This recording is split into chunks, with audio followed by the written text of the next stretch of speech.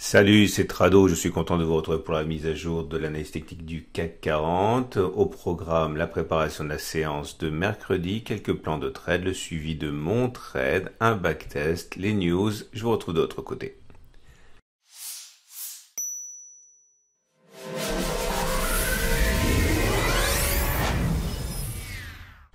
Alors, on m'a posé la question avant de débuter pour savoir si je prenais des vacances et si j'allais abandonner mon clavier, mon ordinateur et mon site pendant quelques temps.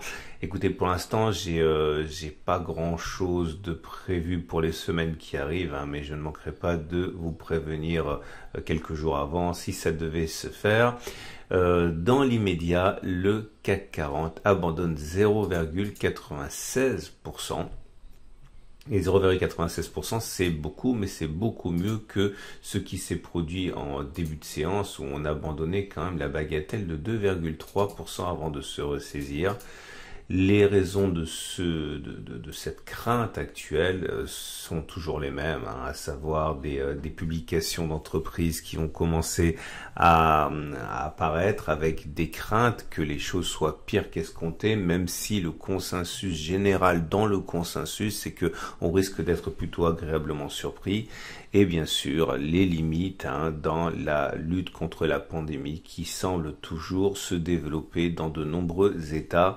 Et on termine donc, je l'ai dit, avec près d'1% de baisse. Première des choses à remarquer, le gap, le petit gap qui a été ouvert ici, vous voyez, il n'y avait pas de cotation entre les plus hauts du 10 et les plus bas du 13, c'était un gap. Ce gap aurait pu être autre chose qu'un gap commun, mais il s'agissait effectivement d'un gap commun, on en avait parlé hier.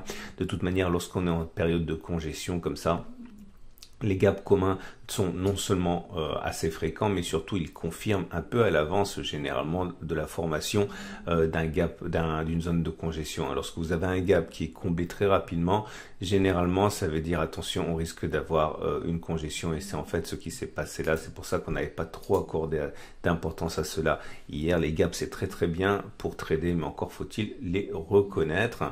Nous avons également plusieurs scénarios possibles pour la figure de congestion à laquelle on assiste. Je vous rappelle, parce qu'il y a toujours des petits nouveaux, qu'on a connu une progression absolument phénoménale en l'espace de quelques semaines, puisqu'on a pris la bagatelle de 24%, 3 fois l'évolution annuelle moyenne du CAC 40 en l'espace de quelques semaines. C'était pas tenable et il est normal que l'on consolide, et nous sommes en train de consolider.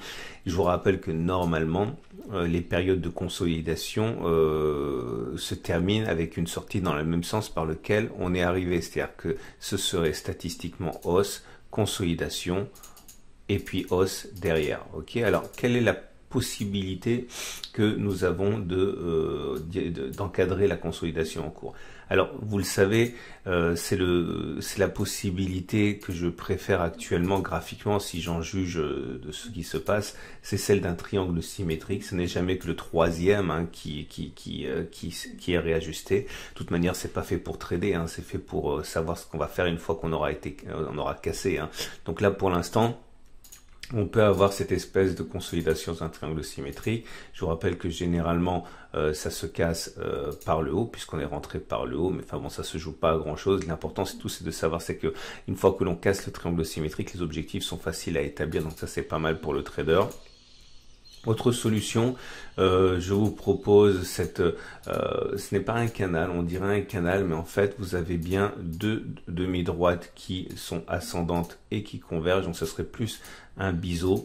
Alors le biseau se casse plus souvent lorsqu'il est ascendant par le bas que par le haut. Là aussi, pour l'instant, ça sert pas à grand chose de le trader, il faudra savoir le trader au moment où on le cassera, si la figure devient active. Pour l'instant, on est toujours en train de se chercher. Mais bon, je vous rappelle pour terminer que moi, ma préférence, ce serait que l'on aille chercher le bas de ce canal orange avec les supports mineurs ici pour acheter, pour parier dans le sens de la hausse. Et je vous expliquerai, parce qu'on m'a posé également la question de ça, pourquoi j'avais ce biais haussier depuis des semaines et des semaines. Bon, vous avez déjà un début d'élément de réponse, mais je ferai un backtest pour vous montrer quelque chose plus tard. Notez toujours, pour terminer, la présence de ce grand canal orange qui ne démérite pas et qui est totalement tradable. Alors, si vous voulez quand même trader maintenant, je vous rappelle qu'à titre personnel, je suis rentré à la baisse c'était lundi à 5026, ok, sur la foi d'un retour à la M50 avant que l'on dépasse ce plus haut. On a backtesté, je vais pas revenir là-dessus. Je vous rappelle que si vous pensez que la thèse de la hausse est valable, vous pouvez même trader le triangle symétrique. Alors moi, je l'ai pas fait, mais pourquoi pas envisager de le faire, hein. L'idée, c'est de mettre si vous pensez que ce triangle symétrique que je viens de vous exposer est effectivement bon, vous pouvez tout à fait mettre un stop en cas de cassure de ce triangle symétrique avec un stop à 3% par exemple, mais il faudra viser au moins 3%. Je n'aime pas ce trade parce que ça implique que vous pariez sur la cassure d'une résistance horizontale, d'une résistance oblique. J'aime pas beaucoup ça, mais on peut envisager par contre, hein, d'attendre que ça baisse un petit peu, ok, et de parier sur ce triangle symétrique, parier sur un retour et pas une cassure, hein, du triangle symétrique à 2,6% avec un stop à 1%, ça vous donne un ratio de 1 pour 3, bon c'est pas mal du tout, hein, mais pour l'instant on n'y est pas, mais à penser au cas où demain on consoliderait un petit peu. Vous avez également la possibilité de faire ce que moi j'attends, à savoir qu'on aille chercher les supports ou le bas de canal orange pour acheter, mais ça c'est pas pour tout de suite. Maintenant si vous voulez trader dans le sens de la baisse, vous pouvez faire exactement la même chose, mais dans l'autre sens, attendre que cela remonte un petit peu, mettre un stop au-dessus du triangle symétrique et pourquoi pas au-dessus de la résistance mineure avec un stop à 1,2% et un objectif à 2%. On est dans quelque chose qui se tient, ok. Ça c'est pour les deux trades qui sont possibles sur les niveaux actuels. Là comme ça, je vois pas parce qu'on est au milieu du gué, hein, donc c'est pas vraiment intéressant. Le chandelier japonais du jour, j'y accorde pas d'importance parce que vous le savez, on est en période de congestion et c'est pour ça que les traders nouveaux se font avoir avec les chandeliers japonais. Ils les utilisent toujours, alors que le trader un peu plus expérimenté, c'est systématiquement ce qu'il ne doit pas regarder plutôt que tout ce qu'il faut regarder. Et là, en l'occurrence, en période de congestion, je fais pas trop attention aux chandeliers japonais. Vous voyez, on avait un beau chandelier très prometteur lundi, il a rien donné, hein, puisque on a eu une baisse, alors que c'était un chandelier qui était théoriquement favorable. Le même chandelier qui serait apparu dans la période de hausse aurait été traité différemment, hein, alors que là on est en congestion.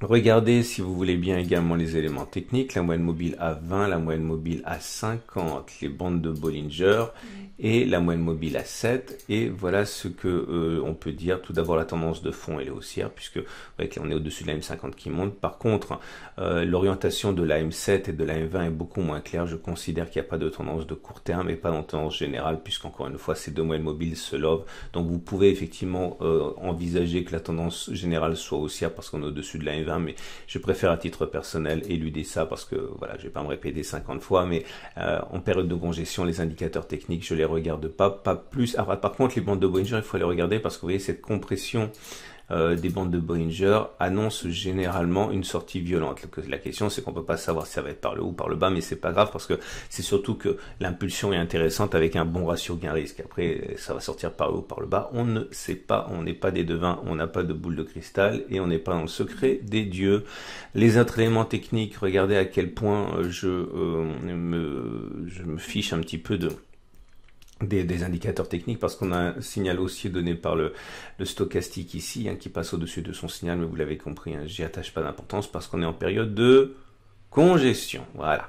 Bon, les autres signaux, pareil, je ne veux même pas en parler. Autant si vous débutez, attaquer avec des principes sains et ne pas faire trop attention aux indicateurs techniques lorsque l'on est en période de congestion. Voilà. Ce qui m'amène pour terminer avant le backtest. Alors là, j'ai l'Ishimoku. Bon, c'est pareil, hein. Il faut pas essayer de donner du sens à ce qui ne veut pas donner de sens. Il faut pas tenter de toujours voir des choses là où il n'y a rien à voir.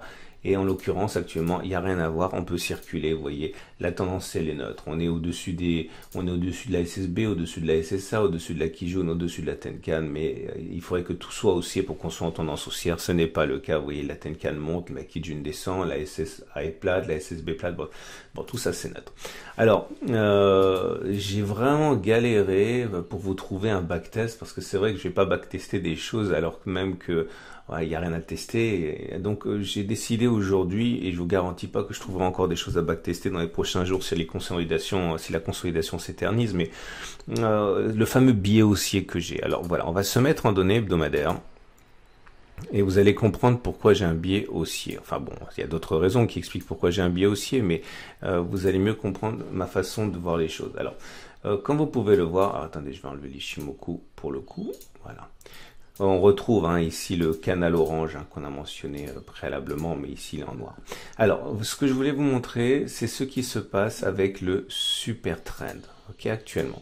Vous avez le super trend qui a été cassé à la hausse. Alors, on va regarder ce qui se passe lorsque le super trend est cassé à la hausse. Est-ce qu'on continue de monter ou est-ce que généralement on baisse, ou plutôt ce qui nous intéresse ici, de combien? Bon, on va faire les choses dans l'ordre. Alors, vous avez ici en vert les moments où on a cassé le super trend hebdomadaire et le moment, donc signal d'achat, et le moment où on l'a recassé à la baisse ici. Là, vous voyez, dans cette expérience-là, attention, ce que je dis maintenant n'a aucune validité scientifique parce qu'il n'y a pas suffisamment d'occurrences, même si je suis monté jusqu'aux années 90. Donc, là, vous voyez, entre le moment où on est rentré et le moment où on est sorti, sur cassure du super trend à la baisse, on a gagné 9,7%. On avait un risque initial de 8,75% puisque c'est la distance entre le moment où on a cassé le super trend et le super trend cassé dans l'autre sens au moment où on l'a cassé. Regardez ici, là c'était une perte puisque vous voyez, on a eu le signal d'achat ici et on a cassé le super trend. Là on a perdu 6,57%. Là vous avez un autre gain, on a cassé le super trend à la hausse, on l'a recassé à la baisse ici, ça fait 9,55%. Ici, vous avez encore un gain. Et ce gain est équivalent à 7,79%. On va aller plus vite maintenant. 21% de gain. Ici, on a cassé à la baisse avec une perte de 13,54%. Perte de 8%. Gain de 5%. Gain de 7,49%. Gain de 51,68%. Perte de 13,25%. Gain de 56,71%, gain de 83%, gain de 2%, perte de 8,32%, gain de 12,66%. Voilà, on est monté jusqu'à 94. Donc, ce qui nous amène à la conclusion suivante. Est-ce qu'on a plus de chances de sortir sur un gain ou de sortir sur une perte suite à la cassure du super trend? Eh bien, je vous annonce qu'après 16 occurrences, dans 11 occurrences, on est sorti par le haut et dans 5 occurrences, on est sorti par le bas. Donc, on a largement plus de chances de gagner de l'argent en ayant acheté sur cassure du super trend que d'en perdre. Alors, attention, ça veut dire que on a techniquement 11 divisé par 16, 68%, 69% de chances de gagner. Mais c'est surtout la manière dont on va gagner. Parce qu'il faut savoir, et je l'ai calculé pour vous, que lorsque l'on gagne, on gagne en moyenne 17,2%. Et lorsque l'on perd, on perd en moyenne 11,7%. Autrement dit, si vous regardez à quoi ça correspond, le ratio gain-risque, il est de, en moyenne, toujours 1,5, 1,47. Donc non seulement on a plus de chances de gagner que de perdre, mais en plus on a beaucoup plus de chances de gagner plus, c'est pas français, on gagne plus quand on a raison que l'on perd quand on a tort, donc un ratio gain-risque de 1,5. Clairement, voilà pourquoi j'ai un biais haussier, parce qu'on a cassé le super trend. Donc est-ce que ça veut dire que vous devez acheter maintenant et espérer que l'on gagnera avec un risque établi sur le super trend ici?